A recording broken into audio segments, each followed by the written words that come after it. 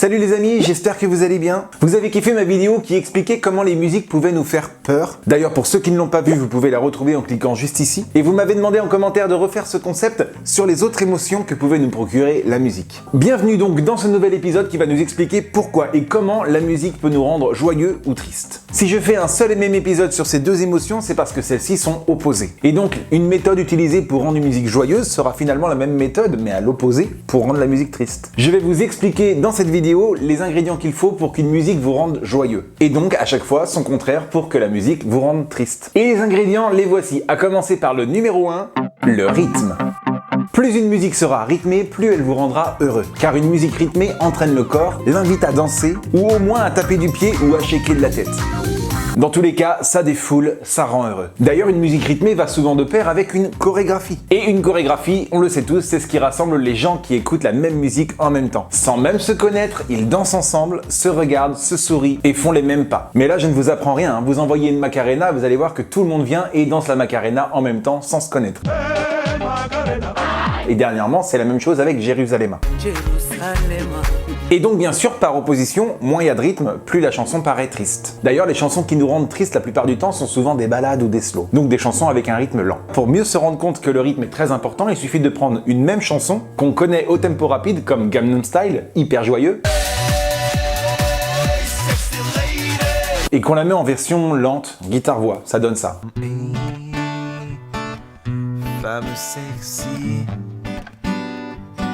Opa a le style de Gangnam. Et là, du coup, on est plus dans un sentiment mélancolique. Passons tout de suite à l'ingrédient numéro 2, la gamme. La gamme qui sera choisie et utilisée dans une chanson aura également son rôle très important à jouer dans les émotions transmises. Ici, je parle de gamme majeure ou de gamme mineure. La gamme majeure rendra la chanson bien plus joyeuse que la gamme mineure qui, elle, rendra la chanson plus triste. C'est la tierce de la gamme qui définit son mode majeur ou mineur. Mais je ne vais pas vous faire de cours de solfège ici, il y a bien assez de vidéos pour vous expliquer tout ça, juste vous faire écouter cette différence. Ça, c'est une gamme majeure. Et ça, c'est une gamme mineure.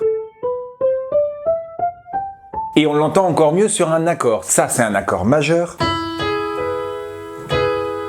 Et ça, c'est un accord mineur. Et là, on se rend compte qu'un accord majeur semble plus grand qu'un accord mineur, plus ouvert. Comme si on s'ouvrait davantage, joyeux. Contrairement à un accord mineur qui, lui, est plus petit, plus fermé, comme si on se fermait davantage, triste.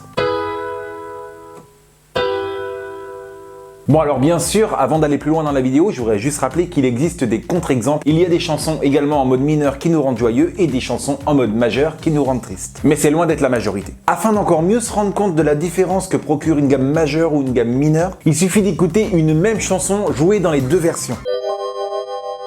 Comme la chanson déclarée comme celle qui nous rend le plus heureux, celle de Queen, Don't Stop Me Now, voici la version originale, en majeur donc. Tonight, I'm gonna have myself a real good time. I feel alive. Et voici ce que donnerait la chanson si elle était dans une gamme mineure. Tonight, I'm gonna have myself a real good time. I feel alive.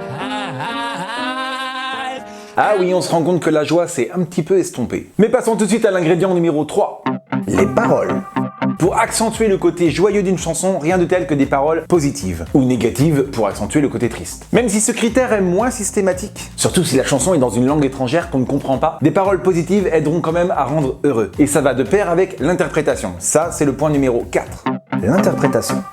On m'a déjà demandé souvent la différence entre un chanteur et un interprète. On a déjà trouvé que des gens chantaient super bien et pourtant, il n'y a rien qui se dégage. Tu as beau avoir la meilleure technique vocale du monde, si tu n'es pas interprète, tu ne resteras que chanteur. Un interprète, c'est comme un comédien, c'est un acteur. C'est quelqu'un qui va vivre et donc réinterpréter ce qu'il va chanter. Il va raconter une histoire. Un chanteur, tu lui donnes des paroles, s'il les chante avec juste de la technique vocale, ça sera peut-être très beau, mais ça risque de pas te foutre les poils. Ou alors si, sur une note. Un interprète peut te foutre les poils sans même qu'il y ait de notes extravagantes. Et c'est bien sûr là que ça va jouer sur tes émotions. Un vrai interprète va te faire pleurer sur une chanson triste parce qu'il va interpréter les mots, il va interpréter ce qu'il chante et tu vas croire à son histoire. On entend d'ailleurs la positivité ou la négativité profiter, je ne sais pas si ces mots existent, mais bon, ils m'ont compris, de l'interprète dans sa voix. On entend même son sourire sans le voir. C'est un peu comme quand tu es au téléphone avec un ami, tu entends si, quand il te parle, il a le smile ou s'il fait moitié la gueule. Ah bah l'intonation du chanteur est très importante. Regardez, je vais me flouter, je vais vous chanter Je suis malade de Serge Lama, une fois avec le sourire, une fois en faisant la gueule. Vous allez voir la différence. Je suis malade,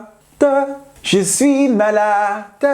Et ça, des chanteurs ou des chanteuses, on en connaît tous beaucoup, à la télé, à la radio, ça n'arrête pas d'être multidiffusé, alors que des vrais interprètes, il y en a beaucoup moins qu'on pense. D'ailleurs, j'attends dans les commentaires ci-dessous les vrais interprètes, ceux qui vous font rire ou pleurer, les vrais. Pas juste les chansons que vous kiffez, mais vraiment ceux qui vous dressent les poils ou qui vous font battre le cœur. Passons tout de suite au numéro 5, les instruments et les arrangements. Le choix des instruments et des arrangements joue pour beaucoup dans les émotions qu'on peut ressentir. En effet, moins il y a d'instruments, plus la chanson nous paraît intime, solitaire, seule avec soi-même, et donc un peu plus triste. Prenons l'exemple d'un piano, seul, ou accompagné juste d'un violoncelle qui jouera des notes très longues, comme ce morceau que j'avais fait avec mon groupe Anna Cruz.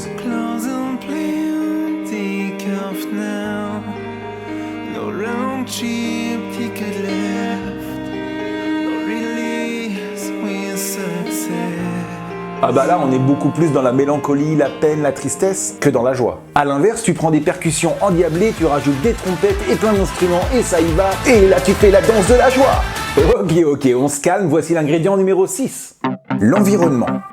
L'environnement, effectivement, il faut savoir que la musique rend beaucoup plus triste quand on est seul, mélancolique, le soir, chez soi. Et qu'elle nous rend beaucoup plus heureux quand elle est partagée, quand on la danse ensemble, quand on la chante ensemble, quand on assiste à un concert. Tous ces éléments conduisent bien sûr au bien-être. Il nous reste encore 2 points à aborder et ceux-là sont beaucoup plus personnels à chacun d'entre nous. Le 7e point, c'est les goûts.